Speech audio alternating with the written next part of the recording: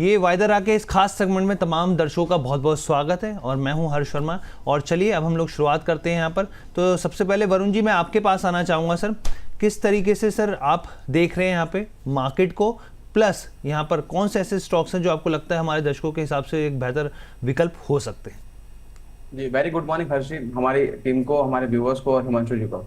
देखिए हर्ष जी, मार्केट तो काफी अच्छे से ट्रेड कर रहा है। अब देखिए इंट्राडे वॉलिटिलिटी जो भी हो, हमें तो क्लोजिंग जो है 24,500 के ऊपर मिल रही है, विच मीन्स एक ब्रेकआउट तो कंफर्मेशन है। तो क्लोजिंग बेसिस पे हम मानेंगे तो मार्केट में क्लोजिंग अच्छी मिल रही है। और लगातार 24,450 का जो लेवल था, 550 के अराउंड एक रेजिस्टेंस बना हुआ था और कई बार हमने वहीं से एक रिजेक्शन लिया था। अब उसके ऊपर क्लोजिंग मिलती दिख रही है। तो हर्ष जी, आपने एक गाना सुना होगा सलमान खान का था, ईस्ट और west India is the best. तो यहाँ पर ईस्ट और west closing is the best, तो हम क्लोजिंग मानेंगे। जो भी हो रहा है यहाँ पर होने दीजिए। अब एफएनओ की बात करेंगे। एफएनओ में देखिए जो कॉल हमने दिया था आई थिंक ट्यूसडे को 361 वैम, जहां पर बाय था हमारा 1160 के ऊपर, कंडीशनल बाय था, वो ट्रिगर हो चुका है, उसी को कंटिन्यू करेंगे। और अभी भी यहाँ पर आप देखेंगे तो काफी अच्छी अपॉर्चुनिटी है, एक बड़ी ब्रेकआउट है और कैपिटल मार्केट स्टॉक्स पर हमारा वैसे भी बुलिश स्टांस है।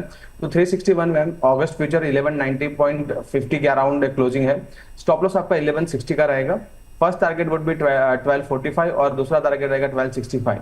अगर 1200 का कॉल भी अगर आपको परचेस करना है ऑप्शन ट्रेडर्स के लिए, तो यहाँ पर आपका जो करंट मार्केट करीबन 32.60 के आसपास चल रहा है, वहां पर आपका स्टॉप लॉस जो रहेगा 20 रुपीज और टारगेट जो है करीबन 44, 50 और 60 के टारगेट रहेंगे।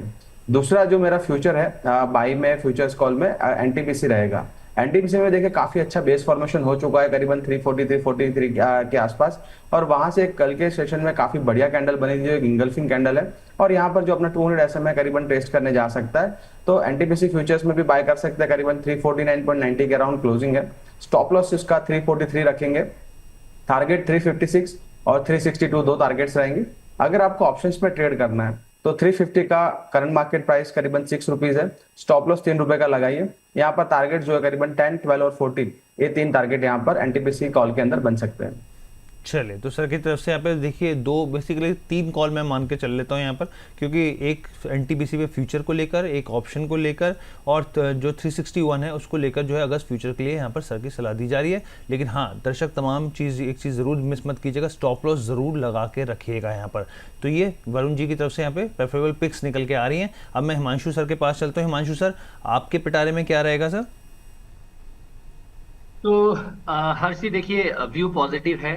तो दो ट्रेड्स है मेरे पास, एक इंडेक्स ऑप्शन का यानी कि निफ्टी का और एक स्टॉक फ्यूचर्स का। जी। तो पहले यहाँ पर निफ्टी में मुझे लगता है कि जिस हिसाब से एक ब्रेकआउट आया है, उसके बाद कल हमने देखा कि एक इनसाइड डे बनता हुआ नजर आया निफ्टी और बैंक निफ्टी में ही। ब्रेकआउट के बाद इनसाइड डे का मतलब है कि जो गेन्स हैं उनको डाइजेस्ट कर रहा है बाजार। व्यू वाइज कोई ऐसी डायरेक्शनली प्रॉब्लम नहीं लगती और ऐसा लगता है कि 24,450, 24,500 अभी एक अच्छा बेस बनने की तैयारी है।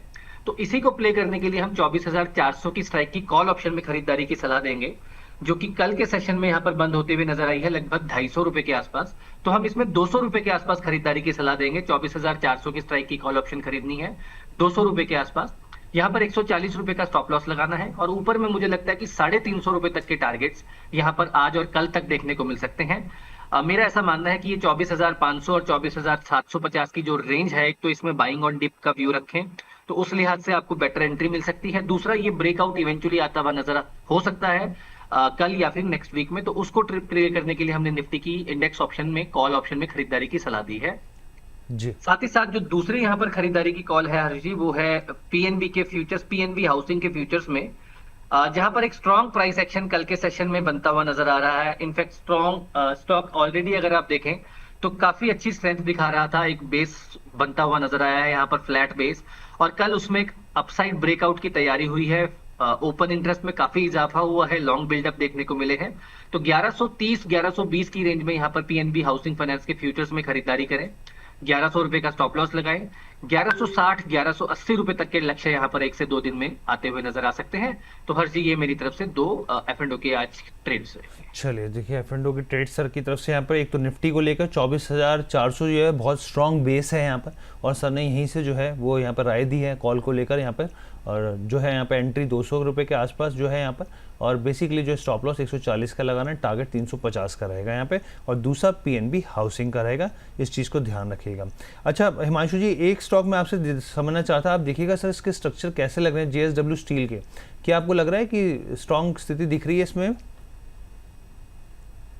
जी जी हाँ, रिलेटिवली अगर पूरे के पूरे मेटल स्पेस की बात की जाए तो ये एक आउटलायर है, लगातार आउट परफॉर्म करता आया है, जहां पर मोस्ट ऑफ द स्टॉक्स अगर हम देखें मेटल्स के, स्पेशली लार्ज कैप स्टॉक्स, वो करेक्शन मोड में है, लेकिन ये लगातार अप ट्रेंड में है।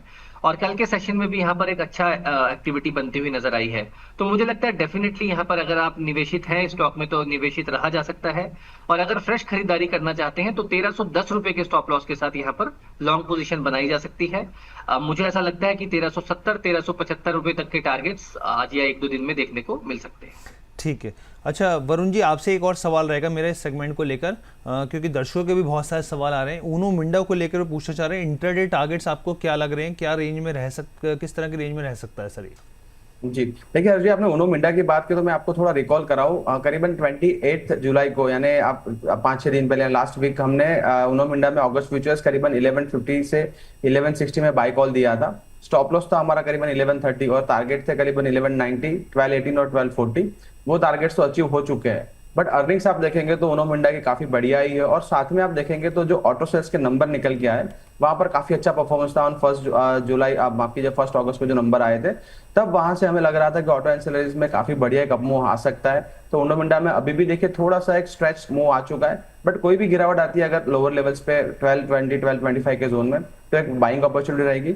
आपका जो स्टॉप लॉस है करीबन 1180 के आसपास मेंटेन कर सकते हैं। हर्ष जी, एक दो अपडेट्स है मैं वो भी देना चाहूंगा अगर आप थोड़ी इजाजत दे दें। प्लीज सर बताइए जी सर। देखिए जी, जो हमने बात की थी जो ऑटो एंसिलरी स्टॉक्स पर, तो उनो मिंडा के टारगेट्स अचीव हो गए जो हमने बात की। उसी दिन हमने प्रीकॉल का टारगेट दिया था करीबन 665 के आसपास, और टारगेट से हमारे 700 और 725 ओवर अचीव हो चुके हैं। करीबन 770 के आसपास के प्रीकॉल के टारगेट बने, तो वहां पर अगर दर्शक चाहे तो बुक कर सकते हैं।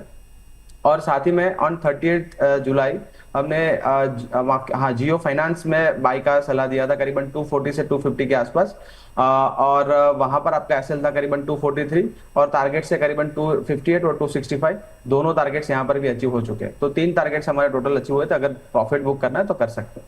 चलिए, तो सर की तरफ से देखिए यहाँ पर जो पिक्स दी गई थी उसका जो है चीज़ें जो है वो निकल के आई हैं, तो यहाँ पे प्रॉफिट बुकिंग करने की सलाह दी जा रही है। तो फिलहाल के लिए इस सेगमेंट को जो है यहीं पर हम लोग समाप्त करते हैं। ये वायदा रहा।